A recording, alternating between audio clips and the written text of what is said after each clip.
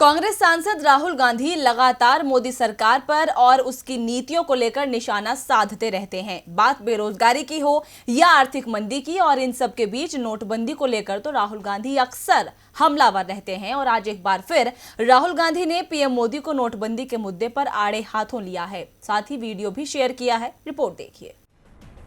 बैंकों के बाहर लंबी लंबी कतारें, अपनी बारी के इंतजार में रात से ही बैंकों के बाहर लगने वाली लाइनों को लोग अभी तक भूले नहीं हैं। पुराने 500 और बंद हो चुके 1000 के नोटों को बदलवाने के लिए हुई परेशानियों को देश अभी भी याद करता है। ये सब हुआ था आज से ठीक 4 साल पहले 8 नवंबर 2016 की रात, जब प्रधानमंत्री नरेंद्र मोदी ने अचानक 500 के पुराने नोट और 1000 के नोट को बंद करने का ऐलान किया था। विपक्ष ने शुरुआत से ही पीएम के फैसले पर सवाल उठाए थे। खासतौर पर कांग्रेस सांसद राहुल गांधी लगातार नोटबंदी को केंद्र सरकार का गलत फैसला ठहराते रहे हैं और नोटबंदी के फैसले पर सवाल उठाते रहे हैं।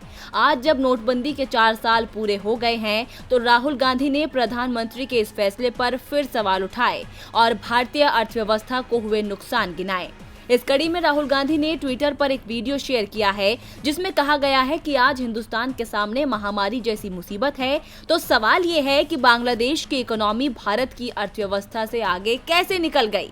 सरकार अर्थव्यवस्था खराब होने की वजह महामारी को बताती है, लेकिन इसका असर तो बांग्लादेश में भी है, तो फिर हिंदुस्तान पीछे कैसे रह गया। राहुल गांधी ने कहा कि देश की अर्थव्यवस्था के पिछड़ने का कारण महामारी नहीं है, बल्कि कारण नोटबंदी है, कारण जीएसटी है। साथ ही राहुल गांधी ने नोटबंदी को मोदी सरकार की सोची समझी चाल बताया है, ताकि आम जनता के पैसे से मोदी मित्र पूंजीपतियों का लाखों करोड़ रुपए का कर्ज माफ किया जा सके। एक तरफ राहुल गांधी ने नोटबंदी की खामियां गिनाई, तो वित्त मंत्री निर्मला सीतारमण ने भी नोटबंदी के फायदे गिना दिए। वित्त मंत्री का कहना है कि आज से 4 साल पहले लागू किए नोटबंदी के फैसले से काले धन पर तो अंकुश लगा ही है, साथ ही डिजिटल इकोनॉमी को भी मजबूती मिली है। उन्होंने कहा कि ऑपरेशन क्लीन मनी से देश की अर्थव्यवस्था को संगठित करने में मदद मिली। वित्त मंत्री ने नोटबंदी के फायदों को गिनाते हुए कहा कि इस कदम के बाद इनकम टैक्स भरने वाले लोगों की संख्या में बढ़ोतरी देखने को मिली, कॉर्पोरेट टैक्स रिटर्न की संख्या में भी बढ़ोतरी हुई और जीडीपी रेशियो में भी सुधार देखने को मिला।